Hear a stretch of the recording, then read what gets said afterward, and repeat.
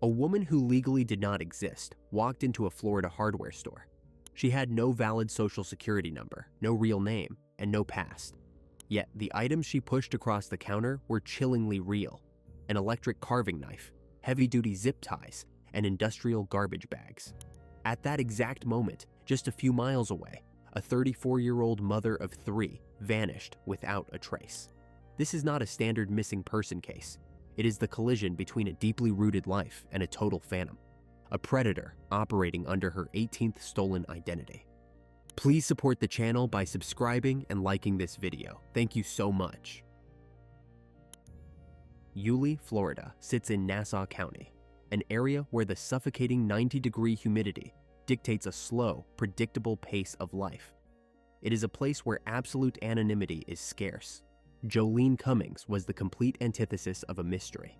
At 34, her world was anchored firmly by her 3 children. She was a fixture in the local landscape, a dedicated mother who worked grueling hours as a hairstylist to ensure her kids never went without. Her life was a meticulously documented open book. Her days were measured by the familiar beats of school drop-offs, the constant drone of blow dryers at the salon, and weekend family gatherings. Joleen's digital footprint was vibrant, packed with milestones and candid photos. Her physical footprint was just as solid. She was surrounded by a protective network of family, including a fiercely loyal mother who spoke to her daily. Joleen lived entirely in the light. She had no secrets that required hiding. 2 feet away, operating the styling chair right next to Joleen, stood her exact opposite.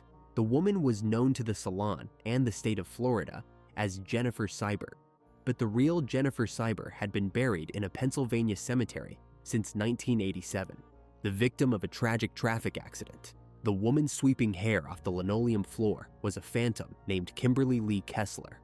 Kessler's existence was a masterclass in evasion. Born in Butler, Pennsylvania, she had intentionally orchestrated her own erasure. Around 2004, she simply walked out of her legitimate life and vanished into the transient underbelly of the American highway system. For the next 2 decades, Kessler became a ghost. She carved a jagged, untraceable path through 33 cities across 14 states. She didn't just move, she metamorphosed. She utilized at least 18 different aliases, names like Mia Stone, Pamela Kleber, and finally, Sybert. Her methodology was calculated and cold. Kessler would scour local graveyards or archive obituaries, hunting for girls born around her own birth year who had died young.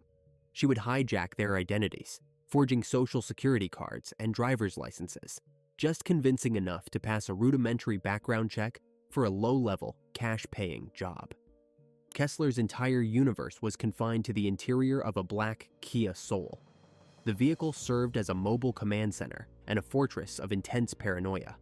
Inside the cramped cabin, she hoarded the tools of a professional fugitive: prepaid burner phones, a lockbox of forged identification documents, and spiral notebooks filled with frantic, disjointed handwriting. She possessed no legitimate bank accounts, owned no property, and paid for every gallon of gas and cheap motel room in untraceable cash. To sustain a lie of this magnitude requires exhausting, relentless hypervigilance. Every casual workplace conversation was a potential interrogation. Every friendly question about her hometown or her family was a trap waiting to be sprung. Kessler shed her aliases like dead skin the moment she suspected someone was looking too closely. She formed 0 genuine human attachments. Instead, she continuously formulated exit strategies, ready to pack the Kia and burn rubber toward a new state line in the dead of night. Eventually, the highway brought her to Fernandina Beach. Under the stolen identity of Jennifer Sybert, she secured a chair at Tangles hair salon. To the casual observer, it was just 2 women working side by side in a bustling local business. But the reality was a volatile psychological mismatch. Joleen was perceptive, grounded, and surrounded by people who paid attention to her. Kessler was a paranoid drifter, terrified of being truly seen. The heavy gravity of Joleen's authentic life was now operating inches away from the fragile, fabricated vacuum of Kessler's lies. Tangles. Hair salon was a confined ecosystem. The layout forced stylists into an intimate proximity, sharing mirrors, sinks, and breathing the same chemically heavy air. a constant, suffocating fog of aerosol hairspray, synthetic coconut shampoo, and stinging ammonia. In this brightly lit, mirrored box in Fernandina Beach, evasion was nearly impossible. You heard every conversation. You saw every micro-expression in the reflection of the glass. For Joleen, this environment was completely natural.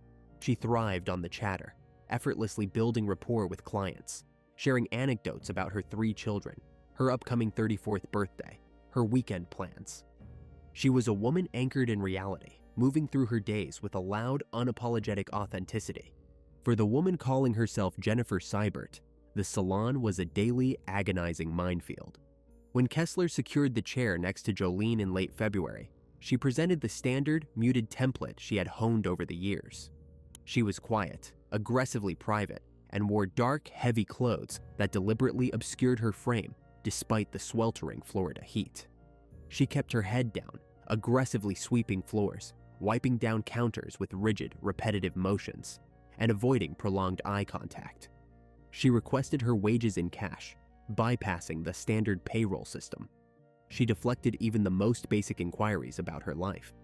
To the salon owner and casual clients, she was just an eccentric, reliable worker who kept to herself, a harmless oddity. But Joleen was highly perceptive. Working 2 feet away from someone for 40 hours a week breeds a specific kind of familiarity, a rhythm you cannot fake. Joleen began to notice the jagged, unnatural edges of her coworkers' fabricated reality. The cracks in the facade were subtle at first, manifesting in Kessler's physical behavior. Joleen noted the way the new hire recoiled from smartphone cameras. In an era where stylists constantly documented their work for social media, Kessler actively dodged lenses, ducking out of the frame or raising a hand to her face whenever a client or coworker snapped a photo. Then came the conversational slip-ups. A transient who has burned through 18 identities struggles to maintain a consistent regional backstory. A casual mention of a childhood memory wouldn't align with the geography of Pennsylvania, the state where the real Jennifer Sybert was buried. A reference to a past employer or a local landmark would immediately lead to a dead end. Joleen, naturally inquisitive and talkative, would ask basic, harmless follow-up questions. She would casually press for details, trying to connect with the woman at the next station. Normal questions for a coworker, lethal interrogations for a phantom. Kessler's psychological state began to warp under the perceived pressure. She was a woman who had spent 2 decades looking over her shoulder, biologically conditioned to view curiosity as a direct existential threat. In the reflection of the long styling mirrors, Kessler watched Joleen. She scrutinized the younger woman's interactions, listening intently to the background noise of Joleen's phone calls, analyzing every laugh and whispered comment. The paranoia festered in the tight confines of the workspace. Kessler became convinced that Joleen was investigating her, that the mother of 3 was slowly unspooling the thread that would unravel her entire life. The tension between the 2 chairs thickened, turning the air in the salon brittle. Indirect accounts from those who frequented the shop described a palpable, heavy chill between their stations. Joleen confided in friends and regular clients that there was something deeply wrong with the new girl. She mentioned that her coworker made the hair on the back of her neck stand up. She caught the older woman staring at her in the mirror with a flat, predatory expression, eyes completely devoid of warmth. Joleen wasn't just passively observing, she was actively pushing back against the bizarre behavior, refusing to be intimidated in her own workspace. She made it abundantly clear she was not buying the act. By early May, the dynamic had shifted from merely awkward to silently hostile. Kessler realized that Joleen was not going to let the inconsistencies slide. For someone whose freedom depended entirely on absolute anonymity, this realization was catastrophic. If Joleen pushed too hard, if she typed the name Jennifer Sybert into the right public records database, she would find an obituary from 1987. She would discover that the social security number provided to the salon belonged to a dead teenager. She would expose the fraud, bringing local law enforcement right to the salon's front door, triggering the collapse of a 22-year run. Historically, Kessler's response to this level of heat was to flee. She would pack the black Kia Soul under the cover of darkness and vanish across a state line. But something had changed. Perhaps she had anchored herself too deeply in Nassau County. Perhaps the mental exhaustion of running for over 8,000 days had finally snapped her internal circuit board. Whatever the catalyst, her ingrained flight response mutated into a cold, calculated fight response. The physical environment of the salon only amplified the claustrophobia of their impending collision. The relentless buzzing of hair clippers, the high-pitched whine of blow dryers, the metallic snip of shears. These ordinary sounds masked a silent, psychological war of attrition. Kessler was no longer just sweeping floors. She was pacing her cage. She began mentally mapping the salon's vulnerabilities, taking inventory of the layout, the closing procedures, the exact times when the building emptied out and the locks were turned. Joleen simply wanted to do her job and go home to her kids. Kessler, driven by a cornered animal's desperation, was preparing for an execution. May 12, 2018, the Saturday before Mother's Day. In Yulee, the morning broke with a thick, 85-degree heat that clung to the asphalt of the strip mall parking lot. Joleen maneuvered her beige Ford Expedition into her usual spot. She was entering a weekend loaded with anticipation. Tomorrow was Mother's Day, and Monday was her 34th birthday. Her schedule was completely booked. She stepped through the glass doors of Tangles hair salon, bringing the dense Florida humidity in with her, immediately greeted by the familiar, overwhelming olfactory mix of the beauty industry, sharp ammonia from hair dye, the cloying sweetness of artificial coconut shampoo, and the acrid burn of aerosol hairspray settling onto the linoleum floor. For the first 6 hours of the shift, the salon functioned as a high-volume echo chamber.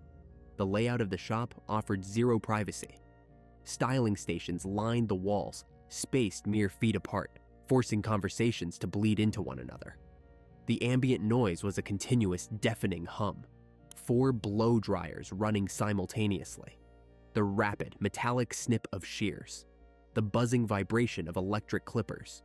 Above it all was the constant, overlapping chatter of women discussing weekend plans, children, and neighborhood gossip. Joleen operated in her element. She moved seamlessly around her chair, her focus split between the clients in the mirror and the clock on the wall. She was scheduled to clock out at 5. Her ex-husband was set to drop off their 3 children late that afternoon at a local retail parking lot. She had a strict itinerary. At the adjacent station, Kimberly Kessler functioned like a machine running on a failing battery. The contrast was stark. While Joleen engaged in loud, animated conversations, Kessler remained rigidly silent. She wore her standard dark, oversized clothing, a physical barrier against the bright fluorescent lights overhead. To the clients in the waiting area, she appeared deeply focused on her work, but internally, Kessler was redlining. The psychological pressure of the past few weeks had reached an unsustainable critical mass. Every time Joleen laughed with a client, Kessler's eyes flicked to the mirror.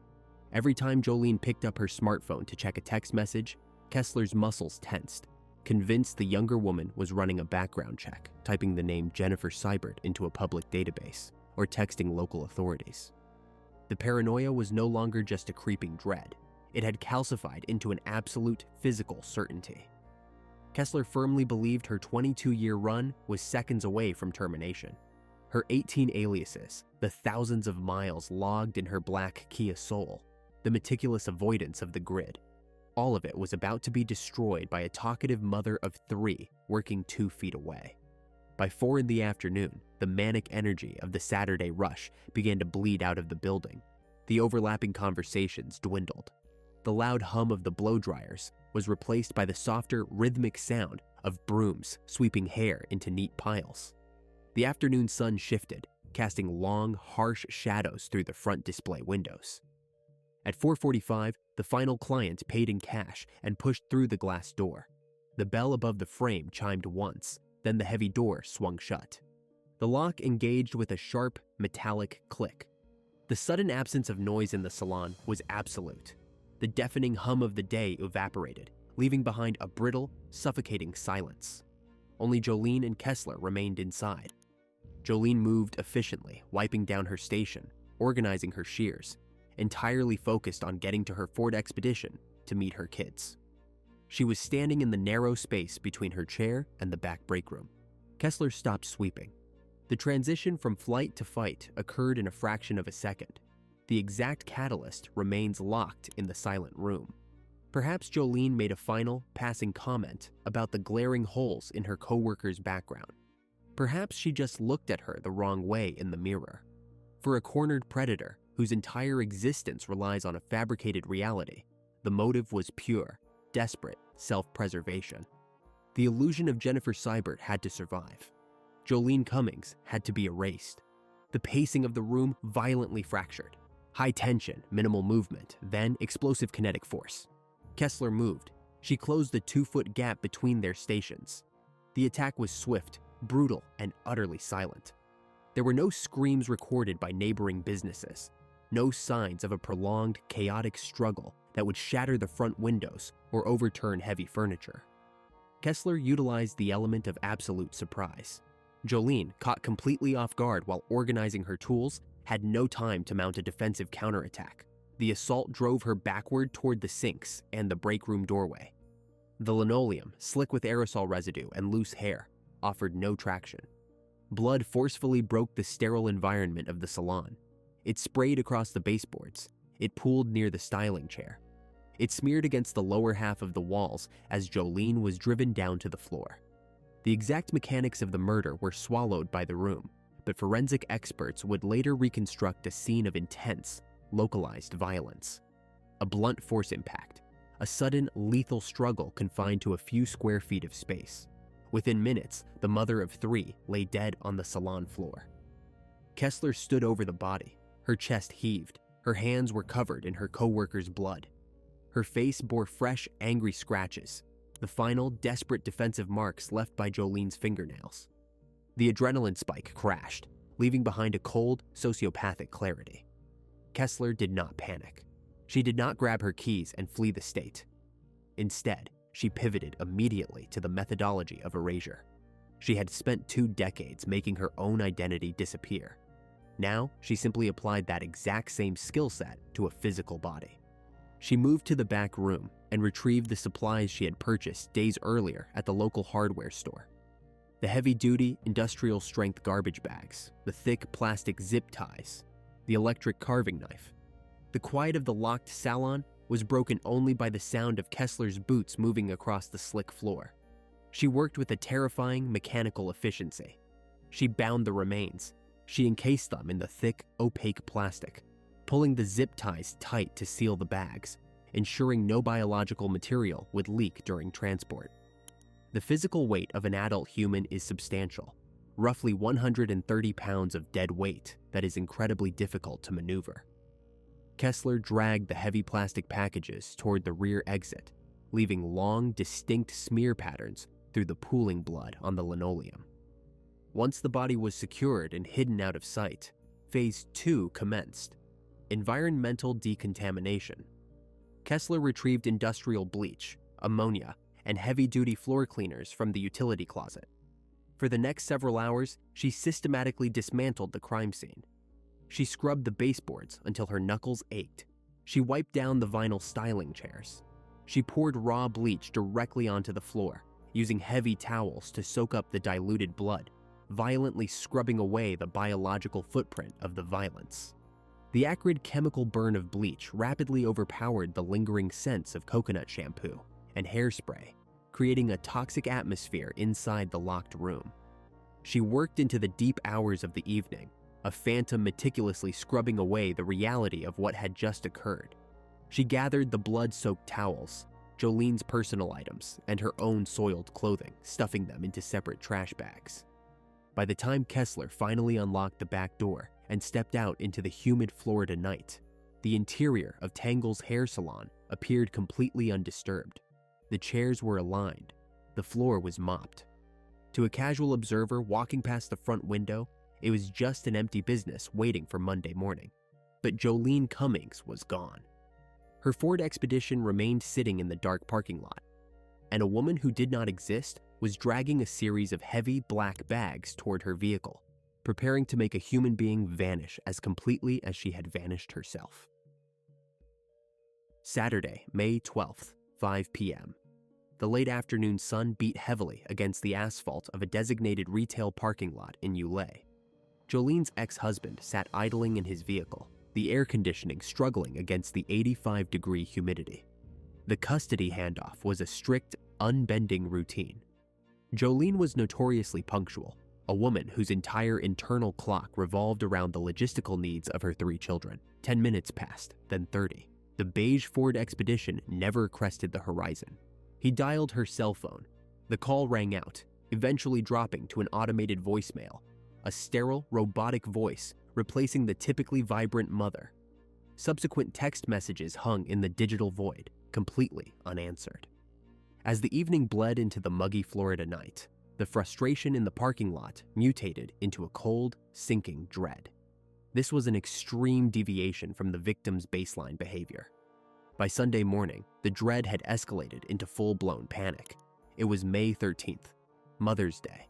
For a woman whose identity was fiercely anchored by her children, missing this specific holiday was an immediate, glaring siren. Joleen's mother, Anne, knew instantly that the timeline was broken and the reality she inhabited had just fractured. She contacted the Nassau County Sheriff's Office. She explicitly informed the dispatchers that her daughter's vehicle was missing, her phone was dead, and she would absolutely never, under any circumstances, voluntarily walk away from her family on Mother's Day. Law enforcement traditionally mandates a waiting period for missing adults, anticipating they will resurface. However, the rigid, documented reliability of the victim forced an immediate acceleration of protocol. A missing person bulletin was pushed through dispatch channels, and the search grid was activated. The social echo in Yulee was instantaneous and suffocating. Nassau County is a region where absolute anonymity is an illusion. Everyone is separated by a single degree of connection. By Monday morning, the local digital space was saturated with photographs of the smiling 34-year-old. Missing posters were rapidly taped to the glass doors of convenience stores, gas pumps, and community bulletin boards. The atmosphere in the town underwent a rapid, heavy shift. Weekend complacency dissolved into a tense, vibrating paranoia. Neighbors looked at each other with quiet suspicion. The hum of casual grocery store gossip was replaced by heavy, speculative whispers. Residents double-checked their deadbolts. Joleen was universally liked and highly visible. The community understood implicitly that a mother of 3 does not evaporate. Someone in their orbit knew exactly what had happened. The first tangible break in the mystery surfaced 48 hours later. On Tuesday, May 15th, a patrol cruiser scanning the commercial sectors located the missing beige Ford Expedition. It was parked haphazardly in the vast, sun-baked lot of a local Home Depot, just a few miles from Tangles hair salon. The vehicle was locked. There were no keys inside, no obvious signs of a struggle within the cabin, and zero physical trace of its owner. Investigators immediately requisitioned the security footage from the hardware store's exterior cameras. They rewound the digital files, scanning the timestamps, looking for the exact moment the heavy SUV entered the frame. They found it. The timestamp read, Sunday, May 13th, 1:17 a.m. The Expedition rolled into the harsh, illuminated glow of the sodium parking lights. It eased into a spot, the headlights cut out, and the driver's side door swung open. The figure that stepped onto the pavement was not Joleen. The low-resolution cameras captured a person clad entirely in black, wearing a dark hood pulled tight to deliberately obscure any facial features. But physical movement is distinct, almost like a fingerprint. The figure moved with a stiff, calculated, marching gait. The individual did not look around, did not hesitate, and walked deliberately out of the camera's field of view, melting seamlessly into the dense, humid night. Detectives now possessed a specific timestamp and a physical profile. They turned their attention back to the victim's last known location, the hair salon. When Monday morning had arrived, the other stylist opened the shop to a wall of harsh chemical odor. The stinging scent of industrial bleach completely overpowered the usual salon smells. They noticed items were missing from Joleen's station, and the new hire, Jennifer Sybert, had failed to show up for her shift. She had simply stopped existing. The address she provided on her employment paperwork was a complete dead end. Her phone number was disconnected. The Phantom had initiated her extraction protocol. Kessler's execution, while cold and brutal, was deeply flawed. She had spent hours in the locked salon scrubbing the linoleum, convinced she had eradicated the biological evidence of her crime. She relied on the overpowering stench of ammonia to mask the violence. When crime scene technicians breached the salon after hours and locked down the building, the chemical fumes still burned the back of their throats. To the naked eye, the workspace between the two chairs was pristine, but human blood is notoriously resilient. Technicians sprayed the styling area with luminol, extinguishing the overhead fluorescent lights. In the pitch black of the salon, the chemical reaction was immediate and terrifying. The floor illuminated in a bright, glowing blue. The reaction outlined broad, sweeping smear marks where a heavy mass had been dragged toward the rear exit. The biological glow splattered against the baseboards and traced a chaotic, violent path across the lower cabinets. Kessler had wiped away the red, but she left behind the exact geometric footprint of a murder. The investigation was no longer just a search for a missing mother. It was a manhunt for a killer who legally did not exist. Law enforcement was not just tracking a suspect. They were hunting a ghost who had a 48-hour head start, a vehicle packed with forged documents, and a 2-decade history of vanishing without a single trace. Detectives hit an immediate concrete wall. The employment file pulled from the salon manager's desk offered a name, a birth date, and a 9-digit social security number. But when investigators routed that sequence through federal databases, the system kicked back a stark anomaly. The number legally belonged to a teenager who had perished in a traffic collision in Pennsylvania in 1987. The woman who had been sweeping hair and chatting with clients in Nassau County was a total phantom. The investigation violently shifted from a local missing person inquiry to a multi-agency federal manhunt. The FBI and U.S. Marshals integrated with county detectives. They had a prime suspect, but they had absolutely no idea who she actually was. Analysts dug into the digital void, tracking prepaid cell phone pings and pulling automated license plate reader data across state lines. The primary target was the black Kia Soul. As forensic accountants and cyber teams tore into the background of the salon worker, the sheer scale of her deception materialized. Law enforcement mapped a chaotic web of temporary addresses, forged driver's licenses, and cash-only transactions stretching from the Midwest to the Deep South. Each time agents tracked down a previous address or a former employer, the trail went instantly cold. It was a labyrinth intentionally designed to exhaust pursuit. The fugitive lived entirely off the grid, leaving behind no tax records, no registered vehicles under a real name, and zero digital footprint. To identify her, federal agents had to bypass the paper trail entirely and rely on legacy biometric databases. Running her fingerprints through national criminal justice servers finally yielded a definitive hit. The ghost had a name, Kimberly Lee Kessler. She had been unaccounted for out of Butler, Pennsylvania since 2004, but maintaining a ghost protocol requires absolute perfection. The adrenaline of the brutal execution had finally caused the phantom to slip. The breakthrough arrived on May 16th, 4 days after the salon doors locked. A highway license plate reader pinged the dark SUV traveling south on Interstate 95. Tactical units deployed rapidly, their focus zeroing in on an isolated rest area in St. Johns County. The takedown was swift and heavily militarized. Law enforcement cordons sealed off the perimeter, tactical teams moving in on the parked vehicle idling under the oppressive afternoon sun. Inside the sweltering cabin, Kessler was asleep. She was surrounded by the chaotic remnants of her fractured life, piles of dark clothing, spiral notebooks filled with erratic handwriting, multiple burner phones, and survival gear.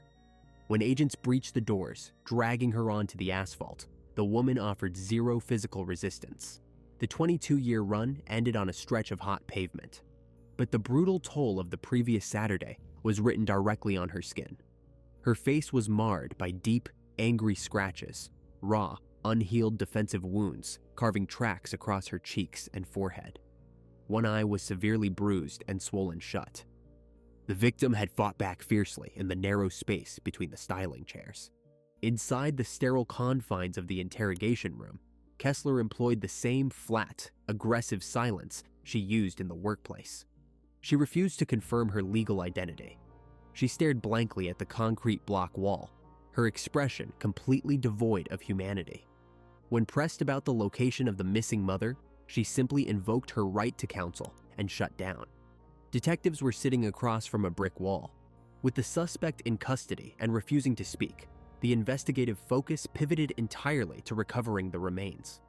Detectives re-examined the timeline, tracing the Kia Soul's movements immediately following the frantic cleanup phase. Surveillance footage pulled from neighboring commercial strips caught the vehicle making a calculated stop behind a local retail complex. The SUV idled near a row of heavy commercial dumpsters under the cover of darkness. Sanitation records confirmed a devastating reality. Those specific bins were emptied by waste management trucks shortly after that weekend. The contents were hydraulically compacted, transferred into long-haul trailers, and transported across the state line to the sprawling Chesser Island landfill in southern Georgia. The realization hit the task force with a heavy, sickening weight. The search grid shifted from the dense Florida foliage to a towering, toxic mountain of decomposing refuse. The logistics of a commercial landfill search are staggering and biologically hazardous. Over a grueling 33-day period, more than 400 searchers converged on the Georgia site. Teams consisting of specialized K-9 units, forensic anthropologists, and hazardous material crews operated under a brutal, relentless summer sun. The ambient temperature frequently spiked above 100 degrees Fahrenheit, creating an unbearable atmosphere of methane and decay. They systematically sifted through more than 3.3 million pounds of compacted garbage. Using GPS data from the sanitation trucks, engineers gridded off specific quadrants of the massive facility. Excavators with heavy steel claws peeled back layers of rotting organic waste, medical debris, and industrial sludge. Agents in heavy protective gear and breathing respirators meticulously raked through the material by hand. They were hunting for the specific heavy-duty garbage bags, the industrial zip ties, or any physical debris linked to the crime scene. The physical and mental toll on the search teams was immense. They battled severe heat exhaustion, navigating a landscape of sheer rot in a desperate bid to bring a mother back to her family. Despite the unprecedented scale and agonizing labor of the operation, the landfill refused to yield its core secret. Weeks of excavation produced circumstantial debris, items confirming Kessler's presence and purchases. But the sheer volume of waste, combined with the extreme pressure of the hydraulic compactors, made biological recovery virtually impossible. The physical body was never recovered. The void left behind in the community was absolute. Yet the absence of remains did not paralyze the judicial machinery. Detectives meticulously compiled the peripheral evidence: the glowing blue chemical footprint left on the linoleum floor, the GPS timeline, the damning receipts from the hardware store detailing the purchase of the electric carving knife and heavy-duty bags, the fresh defensive wounds etched into the suspect's face. Law enforcement had constructed an impenetrable wall of circumstantial proof. They knew the exact sequence of events that occurred inside that locked building. The challenge now shifted entirely to the courtroom, convicting a phantom for a murder with no body. In December 2021, the state of Florida finally brought the phantom to trial. Kimberly Kessler's courtroom behavior was a volatile extension of her long evasion strategy: chaotic, disruptive, and fiercely uncooperative. She repeatedly shouted over the proceedings, forcing bailiffs to remove her from the floor. She watched the remainder of her trial through the thick glass of a holding cell.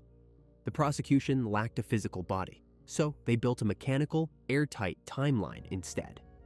The jury absorbed the harsh, glowing luminol photographs captured inside the salon. They scrutinized the hardware store records and the time-stamped surveillance footage of the abandoned Ford Expedition. Medical examiners detailed the specific mechanics of the defensive wounds etched into the defendant's skin. The circumstantial evidence formed a complete, inescapable trap. It took the jury barely an hour to deliberate. Kessler was found guilty of first-degree murder and immediately sentenced to life in prison without the possibility of parole.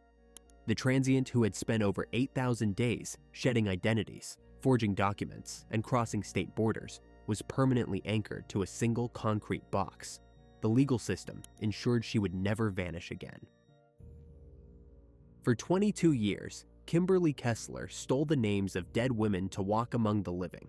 She traded 18 identities for the ultimate cost of one vibrant, irreplaceable life. Joleen Cummings was everything the Phantom was not: seen, loved, and deeply rooted.